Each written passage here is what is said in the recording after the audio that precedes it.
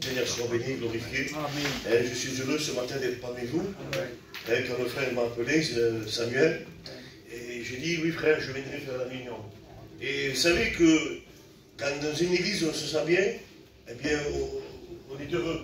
On est heureux, nous sommes dans la joie. Et je ne le cache pas, je dis dans mon cas, que dans cette réunion je me sens bien. Et des fois, il y a des réunions qu'on y va, mais on ne se sent pas bien du tout. On ne se sent pas à l'aise. Parce que l'Esprit de Dieu s'est retiré. Quand l'Esprit de Dieu se retire, laisse-moi te dire quelque chose, qu'on ne se sent pas à l'aise. Mais quand il y a l'Esprit de Dieu, laisse-moi vous dire quelque chose, qu'on se sent bien. Et nous sommes ici dans ce lieu ce matin, et c'est pour vous faire bien des choses merveilleuses, pour que Dieu se manifeste en nous. Béni soit Dieu. Vous savez, j'avais deux messages, j'étais là, je méditais la parole de Dieu. Je disais, Seigneur, quel message apporter, parce qu'il a dit bien, le frère, ce matin. Nous ne voulons pas prêcher pour bien prêcher la parole de Dieu, mais nous voulons dire le mot de Dieu. Amen. Vous savez, ce matin, peut-être je ne serai pas long, mais je veux dire ce qu'il y a dans mon cœur. Parce que l'essentiel, ce n'est pas d'écouter de belles prédications, c'est de pouvoir écouter Dieu parler. Parce qu'il faut que l'homme s'efface et que lui prenne toute la place. Vous savez, j'étais là, j'étais assis, j'avais ça dans mon cœur, avant de rentrer dans la prédication, et je sentais qu'il y avait quelqu'un qui se sentait méprisé. Je ne sais pas pourquoi j'avais ça dans mon cœur. Il se sent bien méprisé. Laisse-moi te dire quelque chose. Si tu te sens méprisé des hommes, mais Dieu, lui, considère ta vie. Amen. Amen. Ça me fait penser à cet homme, Joseph. Joseph qui était le plus petit de ses frères. Alors Joseph, lui, ça a été un homme, eh bien, qui était jeune, mais c'était un homme. Hein. Il était jeune, mais ça a été considéré par Dieu. Et c'est l'essentiel. C'est pas que les hommes te voient, c'est que Dieu te voit. Amen. Béni soit Dieu. Alors ce matin, je me laissais conduire par le Saint-Esprit, parce que le meilleur prédicateur, c'est le Saint-Esprit. Béni soit Dieu. Nous allons faire une lecture de la parole du Seigneur. Ça se trouve dans 1 Pierre au chapitre 5 et au verset 8. Pour ceux qui ont la Bible, vous savez, ce matin, nous ne voulons pas sous-estimer l'ennemi de nos âmes. Parce que l'ennemi de nos âmes, il n'a pas de repos. Lui, ce qu'il veut, il veut détruire. Et nous le voyons dans la parole de Dieu, dans Jean 10, le voleur est venu pour détruire, dérober et égorger. C'est sa mission à lui, c'est de pouvoir détruire. Et quelqu'un qui veut détruire, parce que nous savons qu'il y a quelqu'un qui construit. Alors, quelqu'un qui construit, le diable ne l'aime pas. Alors c'est pour cela que nous allons faire cette lecture. La Bible dit que soyez sobres. Veillez votre adversaire, le diable, rôde comme un lion rugissant, cherchant qui il dévorera. Résistez-lui avec une foi ferme. Amen. On le reprend, à ce fin que nous puissions comprendre la lecture. La Bible dit que soyez sobres. Veillez votre adversaire, le diable, c'est pas un ami, c'est un adversaire, rôde comme un lion rugissant, cherchant qui il dévorera. Résistez-lui avec une foi ferme. Et dans Jacques, la Bible dit, dans Jacques 4, verset 7, soumettez-vous à Dieu et résistez-lui avec une foi ferme.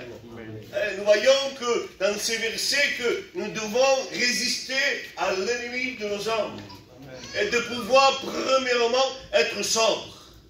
Et je me suis posé la question, qu'est-ce que c'est qu'un homme est sobre?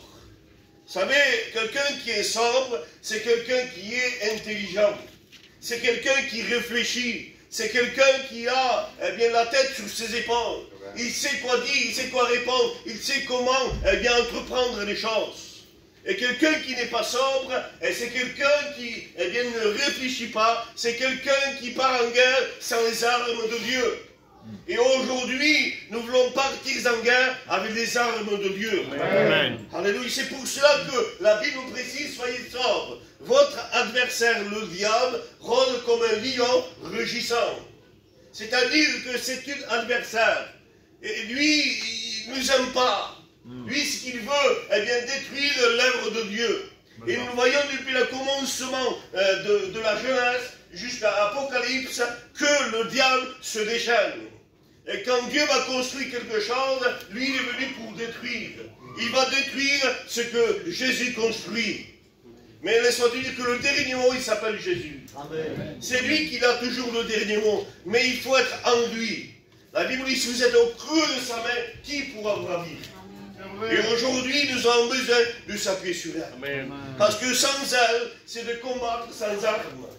Et l'ennemi, lui, ce qu'il a peur, c'est que nous puissions combattre avec la parole de Dieu. Amen, amen. Et Jésus, eh bien, l'excellent, lui, quand il va descendre sur la terre, eh bien, laisse-moi dire quelque chose. Quand il va aller dans le désert poussé par le Saint-Esprit, quand le diable vient le tenter, il ne va pas chanter des cantiques, il ne va pas prier, il va dire, il est écrit. Amen. Amen. À plusieurs reprises, il va dire, il est écrit. Amen. Et si nous voulons faire face à l'ennemi de nos âmes, il doit s'appuyer sur la parole de Dieu. Amen. Vous savez, s'appuyer sur la parole de Dieu, ce n'est pas quand tout va mal, mais quand tout va bien. Vous savez, quand tout va mal, on s'appuie sur la parole de Dieu, on crie à Dieu. J'ai passé par des moments difficiles.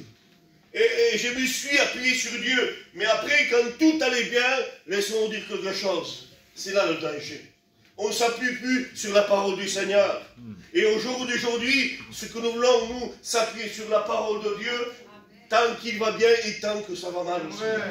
Alléluia. Parce que lui, il rôde comme un lion rugissant. Vous savez, quand nous sommes dans une pleine bénédiction, l'ennemi n'est pas loin. Hein.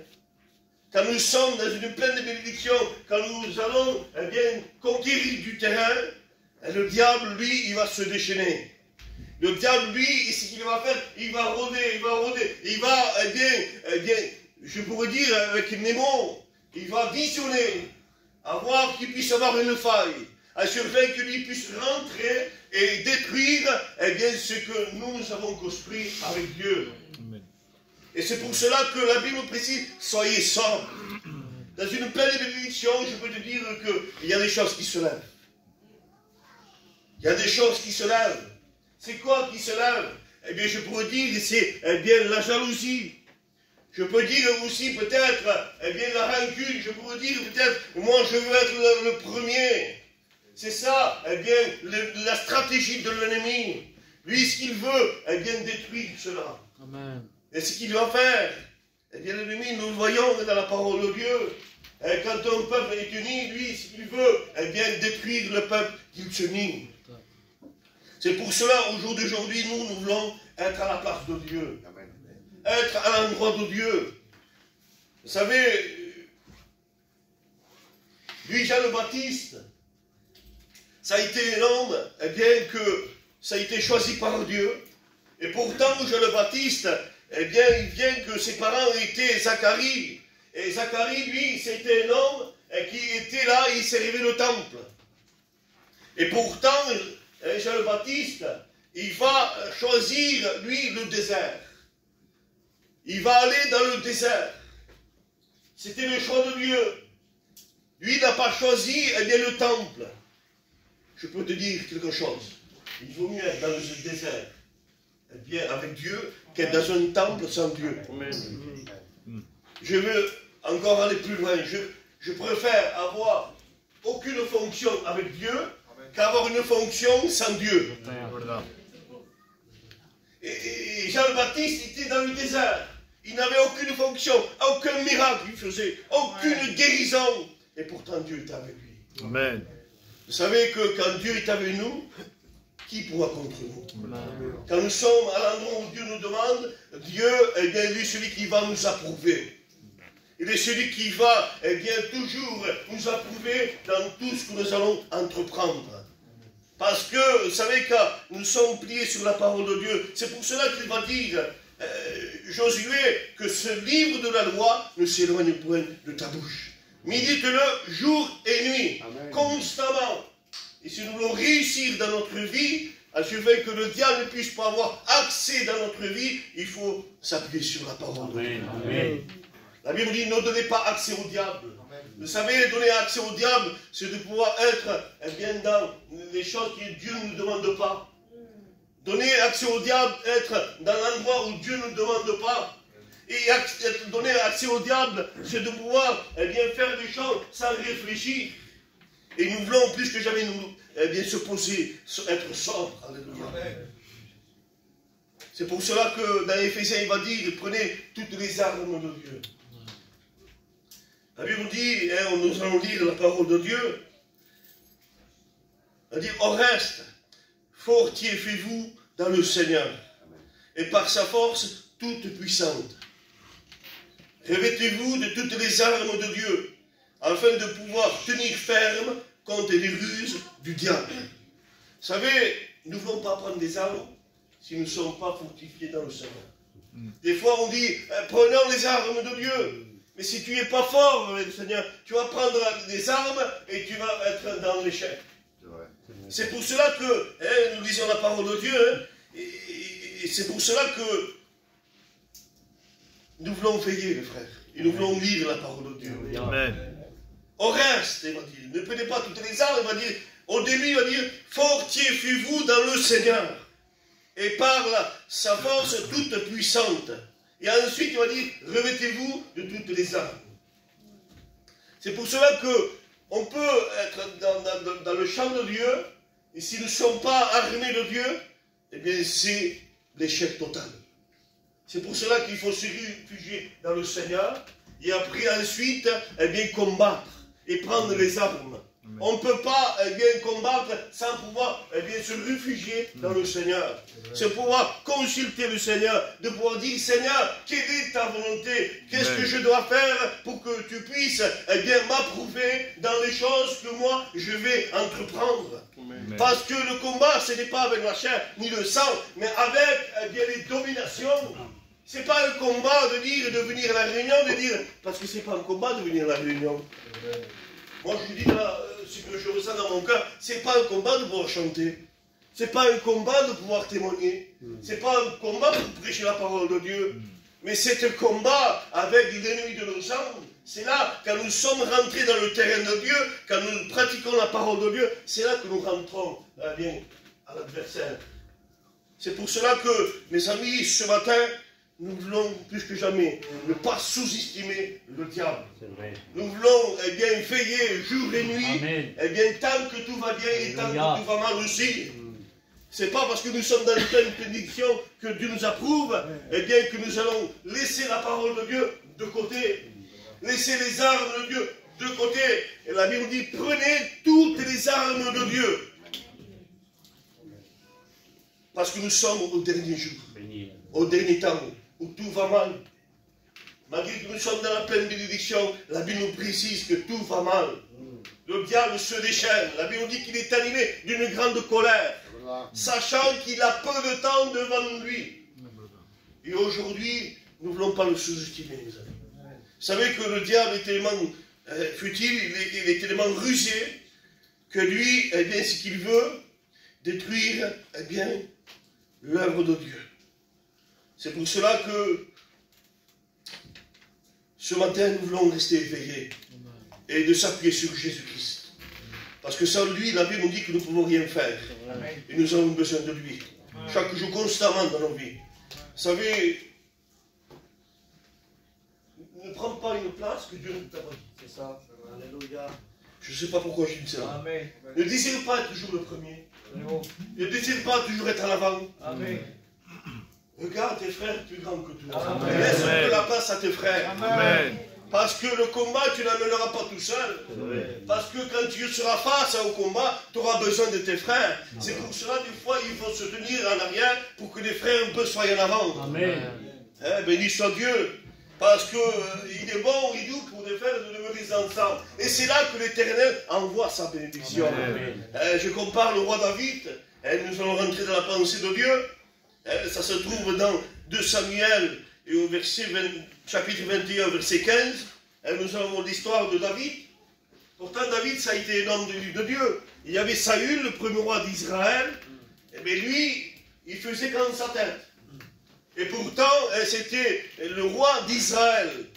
Et ce peuple, tout au début, il n'avait pas de roi sur la terre. Le roi que le peuple avait, c'était Dieu. Et ce peuple a voulu un roi. Eh bien, ils ont qualifié Saül. Mais Saül, ça a été un homme qui ne réfléchissait pas. Ça a été un homme qui partait à l'aventure. Ça a été un homme qui n'était pas sobre. Et le diable, lui, il connaît. Il connaît, il va le faire tomber. Parce que ça a été un homme qui n'écoutait pas Dieu. C'est pour cela que la Bible dit, il vaut mieux l'obéissance que tous les sacrifices. On peut faire tous les sacrifices, mais s'il n'y a pas l'obéissance à la parole de Dieu, eh bien c'est perdu d'avance. Et ça a été le cas de Saül. Saül, lui, il n'écoutait pas Dieu. Il faisait quand sa tête. Il part en guerre, mais sans Dieu. Il dévance les plans de Dieu. Et quand on dévance les plans de Dieu, nous ne sommes plus à l'écoute de Dieu. Et Dieu demande que les puissants ne sont pas être à l'écoute de Dieu. D'être sobre. Parce que devant toi, devant moi, devant les serviteurs de Dieu, devant tous les frères, toutes les sœurs, il y a cet ennemi redoutable. Et là, David, lui, c'est un homme de Dieu. Choisi selon Dieu. Quand il y a le choix de Dieu, Dieu approuve les choses. Amen. Alléluia. Vous savez, David a fait face à plusieurs combats. Face à Saül. Face à Élia. Face à un lion. Face à un ours. Face à je pourrais dire, à Goliath. Mais il a résisté. Amen. Parce que David, ça a été quelqu'un de sobre. Il savait que sans lui, il ne pouvait rien faire. C'est pour cela que dans le psaume 60, au chapitre 60, au verset 14, il va dire, avec Dieu, nous ferons des espoirs. Amen. Alléluia. Avec Dieu, nous ferons des espoirs. C'était un roi d'Israël. Un roi qui était élu, mes amis. Et pourtant, lui, il compte sur Dieu, mais il ne compte pas rien que sur Dieu. Il compte sur ses frères. Amen. Parce qu'il va dire, avec Dieu, nous ferons. Il pourrait dire, avec Dieu, je n'ai pas besoin de mes frères. Avec Dieu, eh bien, ça suffit. Et puis laisse-moi te dire quelque chose, c'est faux. C'est pas biblique. Avec Dieu, David, il va dire, avec Dieu, nous ferons des espoirs. Il compte sur ses frères. Si tu pars en guerre, tout seul, c'est perdu d'avance. Il faut être unis ensemble. Amen. Il faut s'accorder ensemble.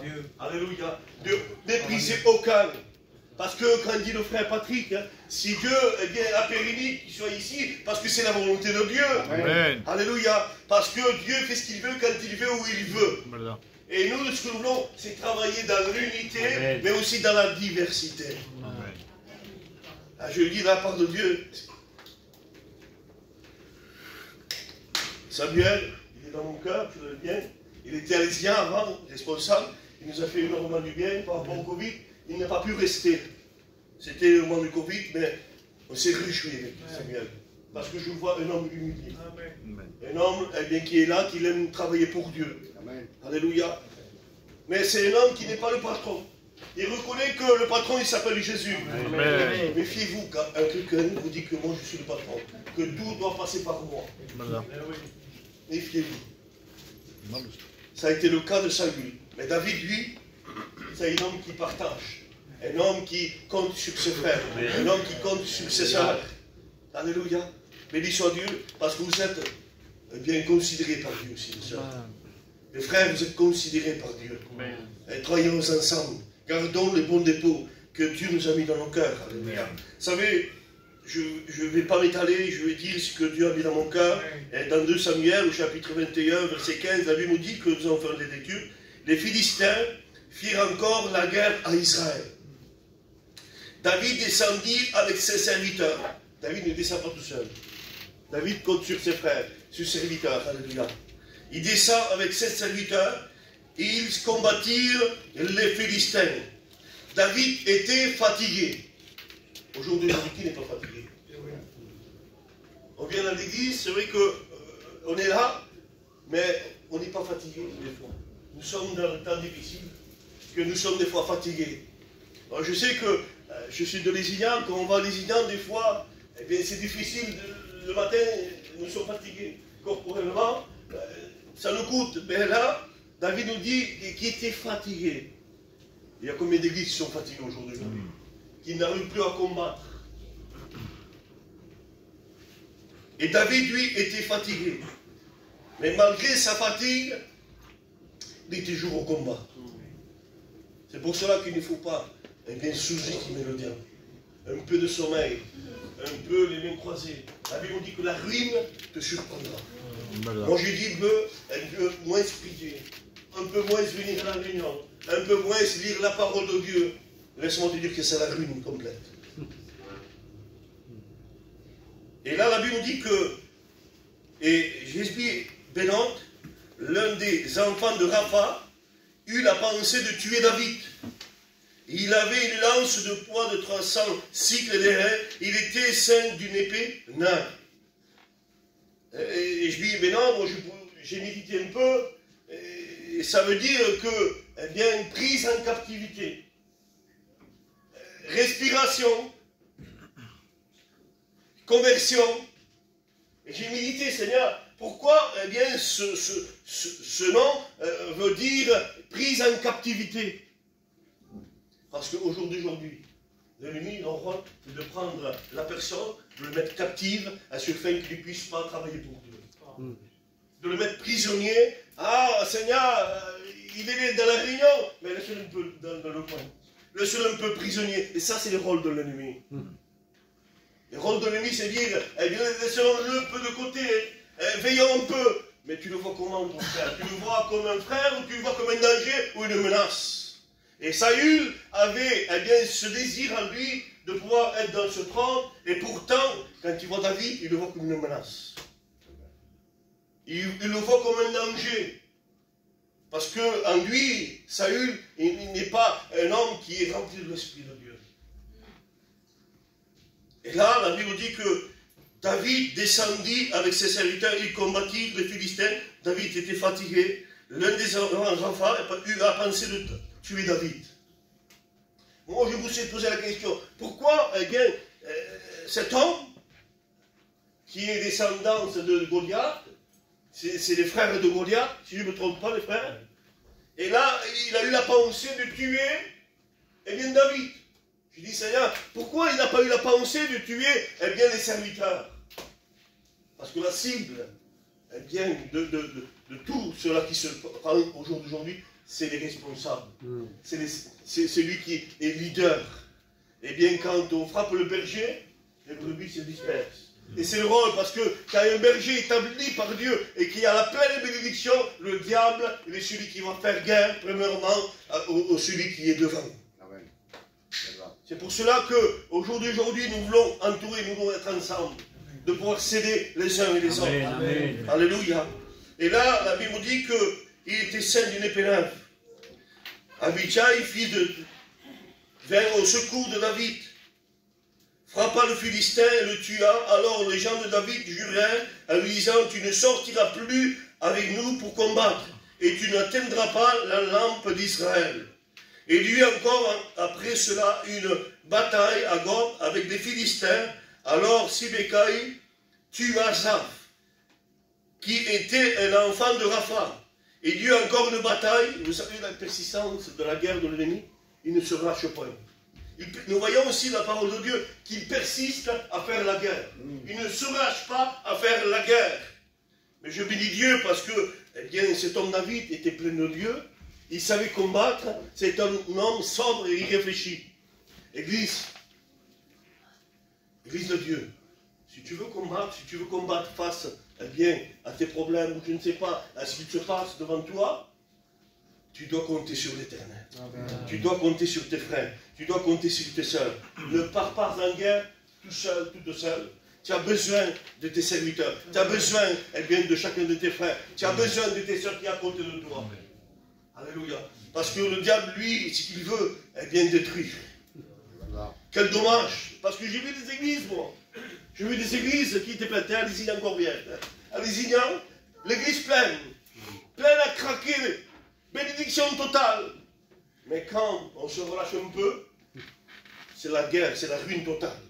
Et au jour d'aujourd'hui, je dis la part de Dieu. Parce que j'ai prié. Je priais dans l'église, Seigneur. Je disais, Seigneur, tu vois l'état de ton peuple. Seigneur, tu vois ton église. Tu vois que le diable se déchaîne. Il détruit ton église, Seigneur. Seigneur, nous voulons se réveiller. Nous voulons combattre. Nous voulons se lever comme une seule armée. Amen.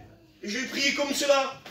Et après la fin de la réunion de prière, Il y a eu un frère qui est venu me voir et dit, frère, il ne faudrait pas que tu pries comme cela, parce que tu décourages. Je dis, Seigneur, comment je peux décourager? Je dis, Seigneur, je ne comprends pas, répète ce que tu dis. Si, mais il ne faut pas que tu pries comme ça, parce que tu décourages, le peuple il vient, et si tu es pris comme ça, le peuple va partir. Je dis, c'est Seigneur qui est en train de se tromper. Il a fait que l'ennemi, il est là, il est en train de séduire. Il dit, frère, écoute-moi bien. La Bible nous précise, on ne peut pas appeler bien ce qui est mal. Amen. Et on ne peut pas dire semblant que tout va bien alors que tout va mal. Frère, il faut dire les choses comme elles sont. Amen. Quand tout va mal, tout va mal. Si nous voulons les résultats, il faut reconnaître notre état. Amen. Alléluia. Et ce frère en question, il est parti. Alléluia. Il est parti. Et j'ai dit, frère, continue ta route. Parce qu'il y a des hommes, je dis, de la part de Dieu, il y a de la mauvaise compagnie qui corrompt. C'est vrai. Et des fois, nous avons les sentiments humains. Nous avons le sentiment humain. Il y a on le dit, nous, en espagnol, c'est chaud. Et un voyageur, c'est quoi? Zinda. Zinda, voilà. C'est Zinda, on le sait, nous. Ah, Seigneur, on dirait qu'on est plus gentil que Dieu. C'est vrai. On dirait qu'on est plus, juste que Dieu. Mais non, on est comme Dieu le veut. Amen. Vous savez que la Bible dit ne t'assieds pas sur les rangs de mon cœur. En mauvaise compagnie. Et la mauvaise compagnie, des fois, c'est des hommes qui sont là, qui se disent chrétiens, mais qui ne vivent pas la parole de Dieu. Et si nous voulons la réussite dans nos vies, il faut dire comment elles sont les choses. Amen. Je ne veux pas dire, tu vas bien frère, oui, je vais bien, alors que tout va mal. Tout est cassé, tout est détruit. Parce que le diable est bien frappé. Et combien d'églises sont à terre au jour d'aujourd'hui? Ça continue, ça continue, ça continue. Tout va bien, tout va bien. Alors, il y a la division totale. Il y a le chaos total. L'ennemi, eh bien, s'est infiltré. Vous savez, occuper un poste, l'ennemi n'a pas peur. Être le plus grand des postes. Je peux vous dire, il y a le comité, je respecte le comité, je le respecte de tout mon cœur. Mais l'ennemi n'a pas peur du comité. L'ennemi n'a pas peur du président Esaïe. L'ennemi a peur que quelqu'un vit la parole de Dieu. Amen. Amen. Et laissons dire quelque chose. Aujourd'hui, ce que nous avons plus que jamais, de reconnaître notre état. C'est vrai. Alléluia. Si l'Église bien prospère, grandit, béni soit Dieu, je vois que l'Église prospère. Je vois que l'Église grandit. Mais veillons. Veillons-y parce que nous avons un lion redoutable. Lui qui va détruire l'Église si tu ne veilles pas. Si nous ne veillons pas, si vous ne veillez pas, laissons dire quelque chose. L'ennemi, il va mettre quelqu'un pour détruire. Oui, il va mettre quelqu'un pour détruire. Il va dire, hop, hop, il faut arrêter cela. Celui qui arrête, c'est le diable. Voilà. Le diable est celui pour arrêter. Parce que le diable, le désir qu'il avait, c'est de voir les Philistins, c'est l'image de l'ennemi. Et nous voyons que le désir de l'ennemi des Philistins, c'est de pouvoir arrêter David. C'est de pouvoir dire, David, t'arrêtes parce que tu es en train de conquérir le terrain bien que moi j'avais. Et c'est le rôle du diable. C'est le rôle de l'ennemi. Et le rôle de l'ennemi, c'est de pouvoir arrêter. Et nous voyons la parole de Dieu à plusieurs reprises. Il s'acharne, il veut arrêter David. Mais David, ça a été un homme de Dieu. Même qu'il était âgé, même qu'il était fatigué, il est là pour combattre. Et ce matin, nous voulons être prêts à combattre. Amen. Dans tout ce qui se passe devant nous. Parce que devant nous, il y a le pire. L'ennemi de nos âmes, il est là pour t'arrêter. Et il jeta un défi. Et il jeta un défi à Israël. Et Jonathan, fils de Shimea, frère de David, le tua. Ces 4 hommes étaient enfants de Rapha de Gath. Ils périrent par la main de David et par la main de ses serviteurs.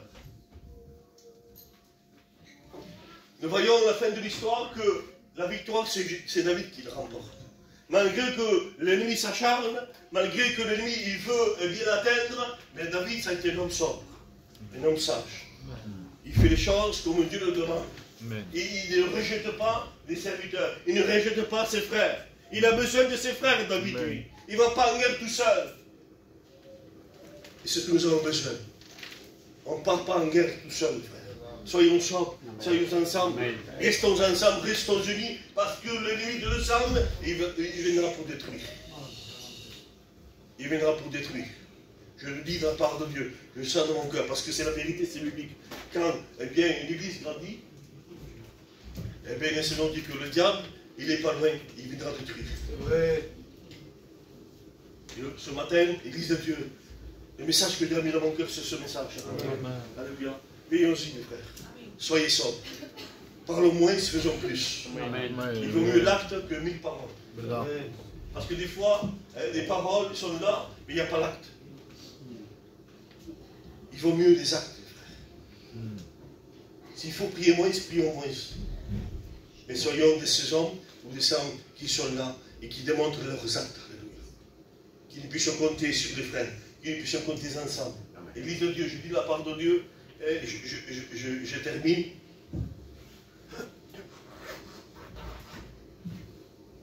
Aujourd'hui, ce matin, Dieu nous parle et Dieu nous a parlé. Si l'Église ne prend pas eh bien, cette considération, la parole de Dieu, le jour à venir, l'Église, eh bien, il ne va pas non plus. Oui, parce que le diable, il rôde comme un lion rugissant. Si nous ne veillons pas, l'ennemi viendra pour tuer, pour détruire. Béni soit Dieu. Et ce matin, l'Église de Dieu, que nous puissions être ensemble. Amen. Nous pouvons être ensemble. Amen. Unis comme la main. Parce que Dieu est celui qui choisit. Dieu est celui qui place. Et c'est Dieu qui fait. Et c'est Dieu qui fait toutes choses. Amen. Et Dieu nous rappelle à travers la parole de Dieu, soyez sobres. Soyez sobres. Soyez intelligents, parce que devant toi, c'est l'ennemi de ça. Béni soit Dieu. On s'incline, les frères. On prie le Seigneur. Il y avait ça dans mon cœur.